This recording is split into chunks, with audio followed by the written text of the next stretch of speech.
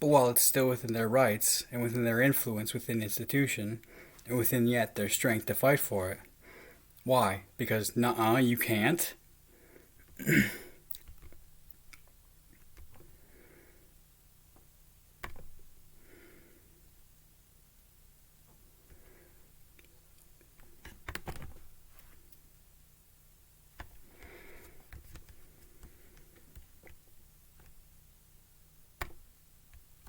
Because the Constitution says so, or rather doesn't say that they can.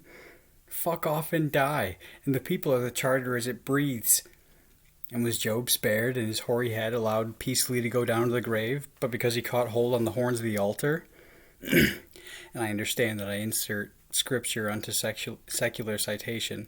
This is to reference precedent, how even this Protestant sibling of fraternal Joab, might not oppose such politic either.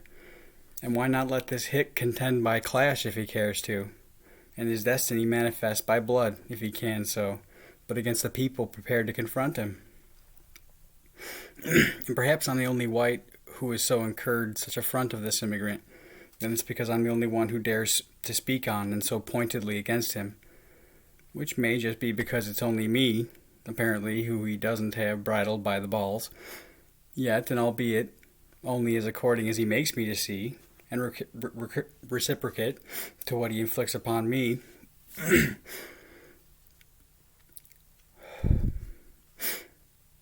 while my words, both acutely perceptive and assailing articulate, unto the great economic detriment that he presents within this nation, and his proclivity towards violence and perversion.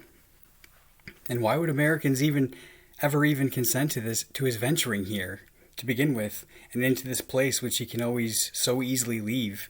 For upon arrival, this Hispanic enjoys something like a get-out-of-jail-free card toward any crime he commits, emboldening his volatile temperament and the pervasive violence of his brutish disposition. For how hardly caught is one cockroach moving through the midst? And despite the president's political rhetoric, from none other has this Hispanic heard such apt charactery as that which from me he recently hears, and so much fears, lest other patriotic Americans should hear me also, and they all in their secret Hispanic schemes of insurrection were utterly undone.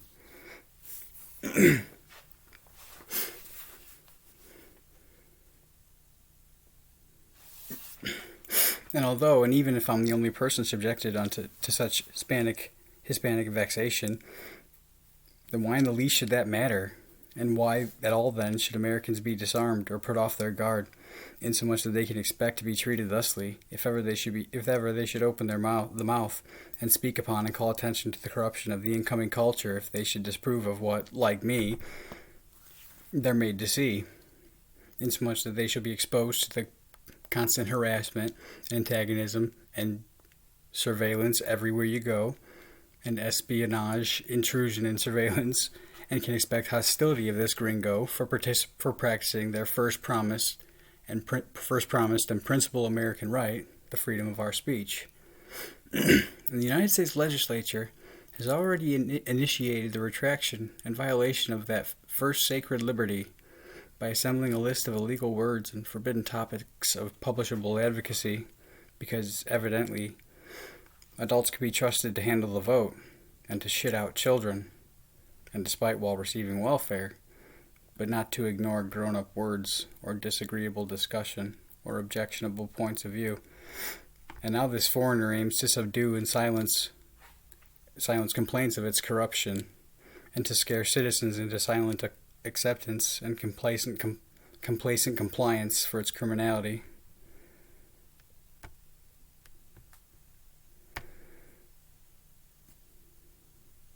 And just because international propaganda, those same tabloiders that own the nightly news in America and decide what information is pertinent for Americans to know and determine how Americans are indoctrinated, and with what, just because other worlds would have American whites regret how the tide of history rolled, doesn't mean that they're obligated to just roll over and die, and to concede no merit to the making of the way, or that civilization comes always at a cost, or that sometimes the path must be cleared, even though benign creatures too are forced to forfeit place, but because primordial notion, like roving beasts, must be driven from the brush.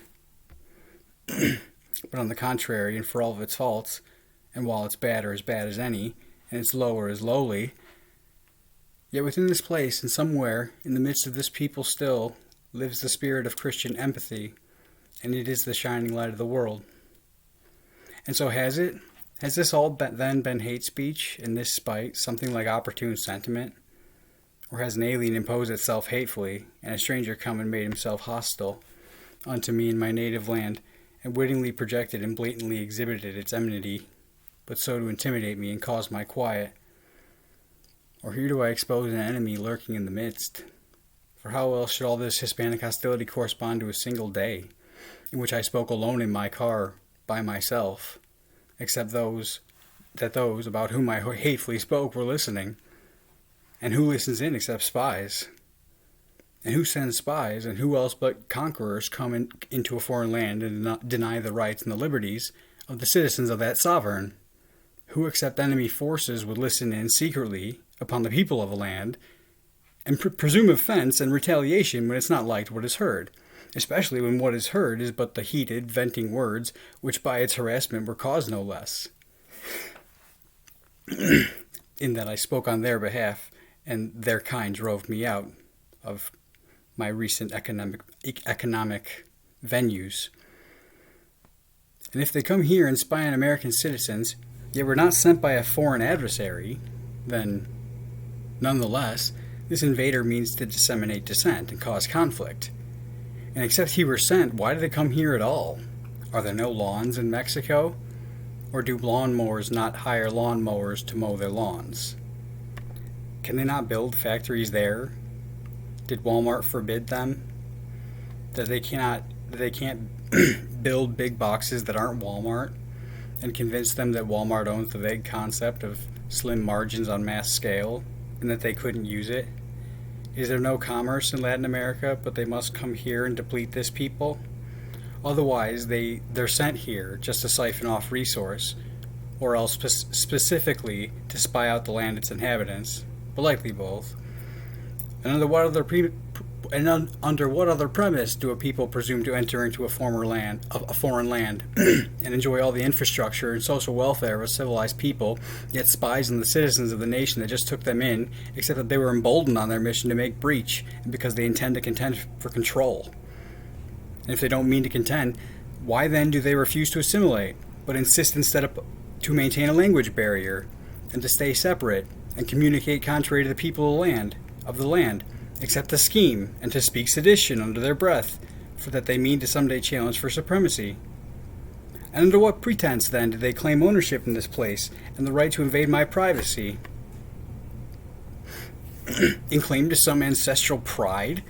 Because of history? And how the colonials once treated the indigenous tribes? When the Spanish half within them came over also, and with similar cruelty, conquered its half of these twin American continents? Give me a fucking break. And Europe, only decades prior to its pivotal discovery, and the time of its venturing voyages, vomited it out, and by black bubonic death was killed a full third of the world in tithe. But because populace, great masses, like trinkets were packed tight together, and people like poor cattle were hoarded unsanitary and without regard to dinge and grime, but became gross and lived filthy, that for its close enclosure, society dwelled near to its very refuse, unto rot, unto rodents, that, as a result, too close to uncivilized species, mankind was devastated by the lice of mice. Yet because this cat first did bury its scent beneath the dust of its brush, is the whole breadth of a great land his, but that the wind moved mankind like leaves on the lea? Or then is this at last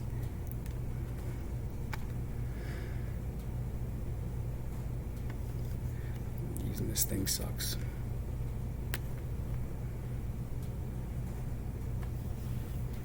Or then is this at last the cataclysmic clash of Christianities, and avenge the Armada? Still, though, what's more, I had no choice, but was simply shat out, or hatched from an egg upon this land, Yet without decision made on my part, nor do the pains of the past impact these Hispanics in any way but positively. In this place especially, for they're not where they were, they're here, where they enjoy so much prosperity and benefit immensely from generous public programs. Neither does old strife justify their any aggression here. And so why else do they invade and in these ways behave except they were sent here and bolstered on their mission? But if they're sent, who sent them? If it's not for the flag of another nation that they foster conflict, who would?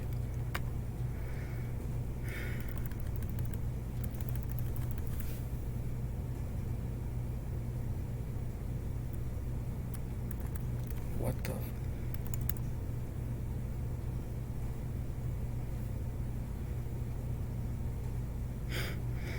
This thing sucks to work with. A Chromebook. That's all I could afford. Who would? Who could dispense a flood of Hispanics except this modern Catholicism? And finally, at long last, the crux of the point. For why should Catholicism portend against me? Well,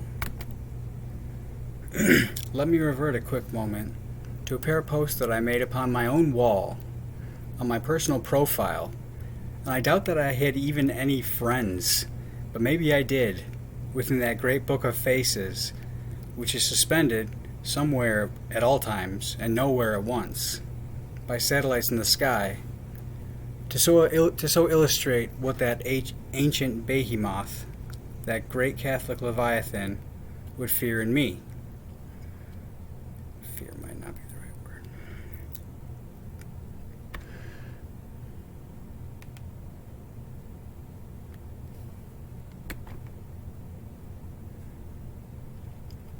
And it shall be 2 years ago. Oh, God, too long on the phone one.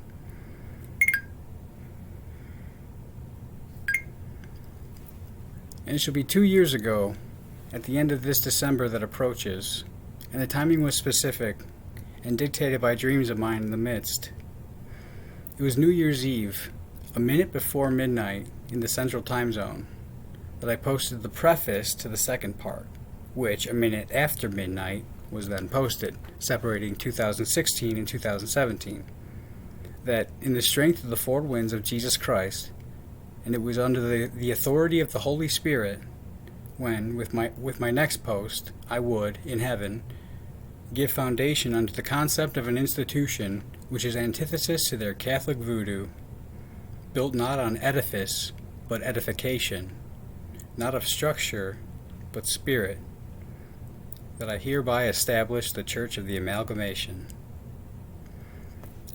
And in the same moment, I gave the Pope and his Vatican of vipers every reason in the world to pursue my soul.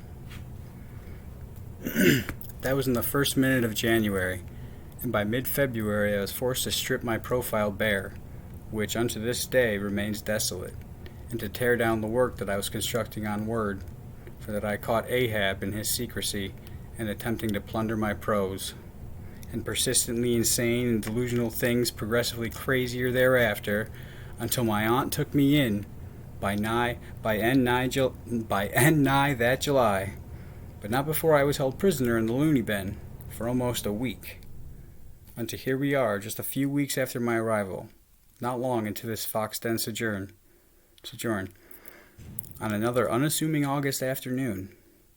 And there I am, a little way away, down the road from the post office, and most of the view of my perspective obstructed by a tall wall of cornstalks along both sides of the lonely road. Unto this last but first incident of all, ascribable against this locale, and toward this racial complaint. And it was but a small little incident, yet was dire paramount in its implication. And perhaps I mentioned that I came to my aunt's with virtually nothing. And if I did, I absolutely meant it. That my only possession was a black leather-bound copy of the Holy Bible. And the only money to my name, a crisp, pristine $2 bill, upon which, in blue ink Sharpie, was long ago written, "Good luck," and signed by Ernie Banks, which once, as a gift, was given to me by the only grandparent patriarch that I've ever known. And which, inside the old-fashioned dollar bill size holiday themed envelope. I think I'm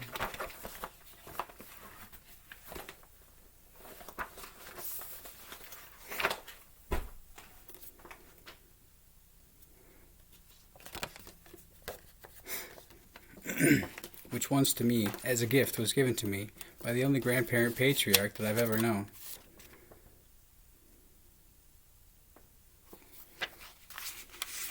And which, inside the old-fashioned dollar bill-sized holiday theme envelope, in which to me the keepsake was gifted, and where the autographed bill abides, also unto and at this very moment, it provided the bookmark, and still does, wedged between the pages of my Bible, my soul's sole possession, and the only cargo in my book bag that I was content to carry with me when I was all set to depart and ready to walk unto wheresoever the wind would take me, just only away from the house that my parents had utterly abandoned to disown my presence. But before I could embark, however, an ambulance, under false pretense, showed up and hauled me away. Nor had I another change of clothes to put on my back, other than those which I was currently wearing when I was committed to the cuckoo's nest, until my aunt drove me back to my parents' place, unto that same abandoned house of horrors, and in the garage I happened to find a garbage bag full of my old faded clothes, which long ago I'd meant to donate but had not, and my every other worldly item, and any evidence which else pertained to my ever existence, thrown away, disdainfully, hatefully, spitefully, by those people I'd once called family and held dear. And I was walking away, in fact, that day, from the post office, having just previously deposited my postage with the outgoing mail. I was in the midst of mail service correspondence to acquire a replacement copy of my Social Security card, that I might then just be eligible to even possibly procure even the most meager employment. I had probably walked to the post office with 50-something pennies in my pocket, which were used to buy the postage stamp that I then slapped onto the top right corner of the envelope before I handed it to the postal worker behind the counter, to so move the painfully slow process a small bit forward.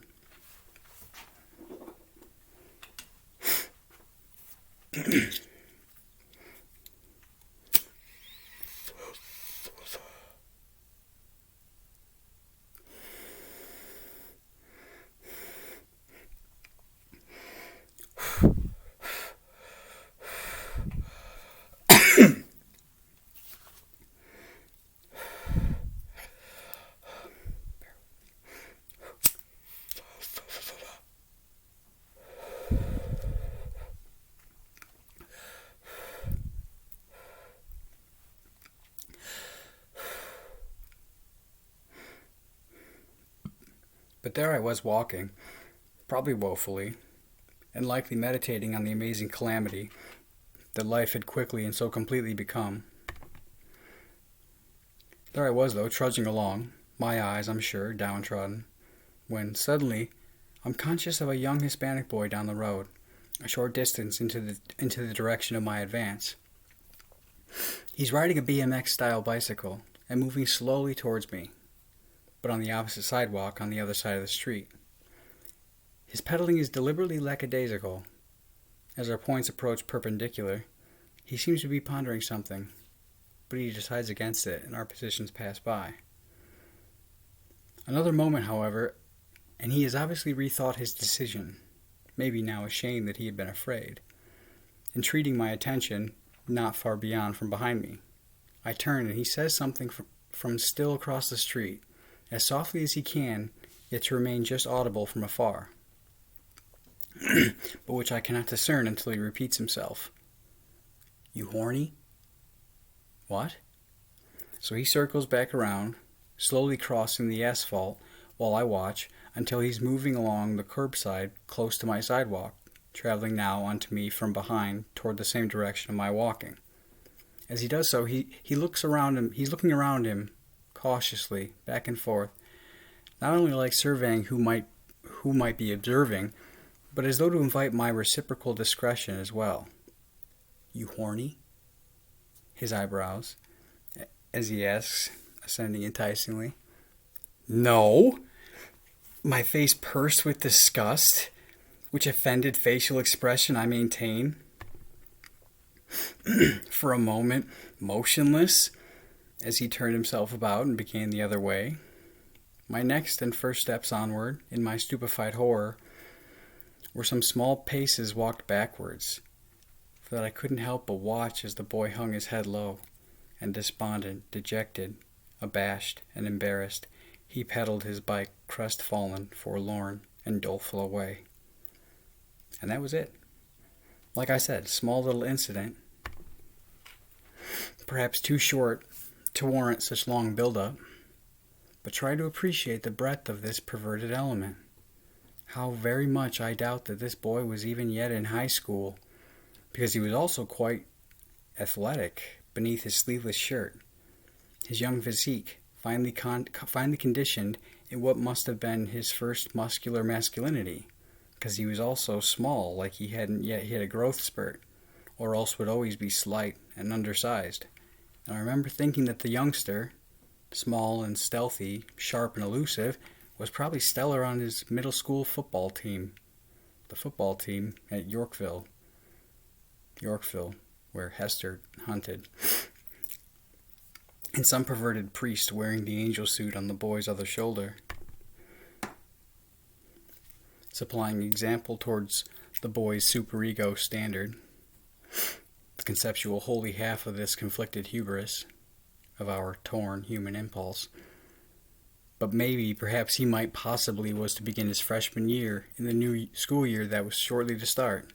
Yet so keen to opportunity did he take advantage of our temporary isolation together, caught in the curve of the road and hidden between the shrouding wall of high corn, that I know not only which thought troubles me more, that the first strategy of these reprehensible hicks would be to instruct an early teenage boy to entice me with sodomy, or even just put it in the head of such a one, as though someone encouraged him to gauge me in my approach, and if I seemed to be checking him out, yeah, sure, go ahead, give it a try. And being some dipshit kid, of course, he could only see from me what he wanted to see, or knew not how to interpret at all what he saw, but knowing also the ultimate goal that his side meant to achieve. And though I should have been staring at him belligerently and snarling, frothed with ugly grimace, yet nonetheless he would act in accordance with whatever result he found most alluring, or else whether it's more troubling that unto an almost 30-year-old man, who looked at the time, most certainly, and at the very least, no younger at all than the middle third through his 20s, that this tiny teenager, of his own volition, would so boldly inquire and seek after his desire. And, in extension,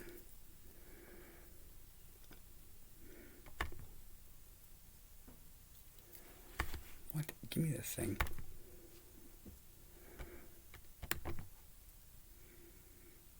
And, in extension, such the carnivorous character and the cocky new breed of this Catholic culture, which poises itself to contend for this modern American wasteland, and the inevitable conflict that should loom on the horizon.